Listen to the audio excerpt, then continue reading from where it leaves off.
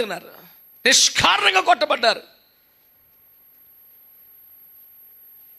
పౌలయ్య గారిని అయితే బట్టలు విప్పి విపరీతంగా కొట్టి లోపల చలసోలు వేసిన కారణం ఏంటంటే, ఒక దయ్యం పట్టిన అమ్మాయికి ప్రార్థన చేస్తే అమ్మాయిని దయ్యం వదిలి వెళ్ళిపోయిందంట.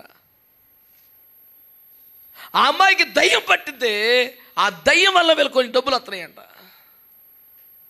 మా లాభం పోయిందని నీకు వచ్చే ఆర్థిక ప్రయోజనం ముఖ్యమా, ఆడబిడ్డ జీవితం ముఖ్యమా? ఎంత దుర్మార్గం అండి.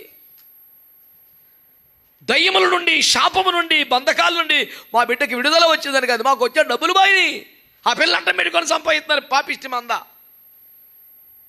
ఆ బిడ్డ దీనస్థితి చూసి జాలిపడ్డ దేవుడు, ఏయ్ దయ్యమా పో అంటే పౌలయ్య గారి ప్రార్థన ద్వారా దయ్యం వెళ్ళిపోయింది, వీళ్ళకి డబ్బులు పోయినాయి.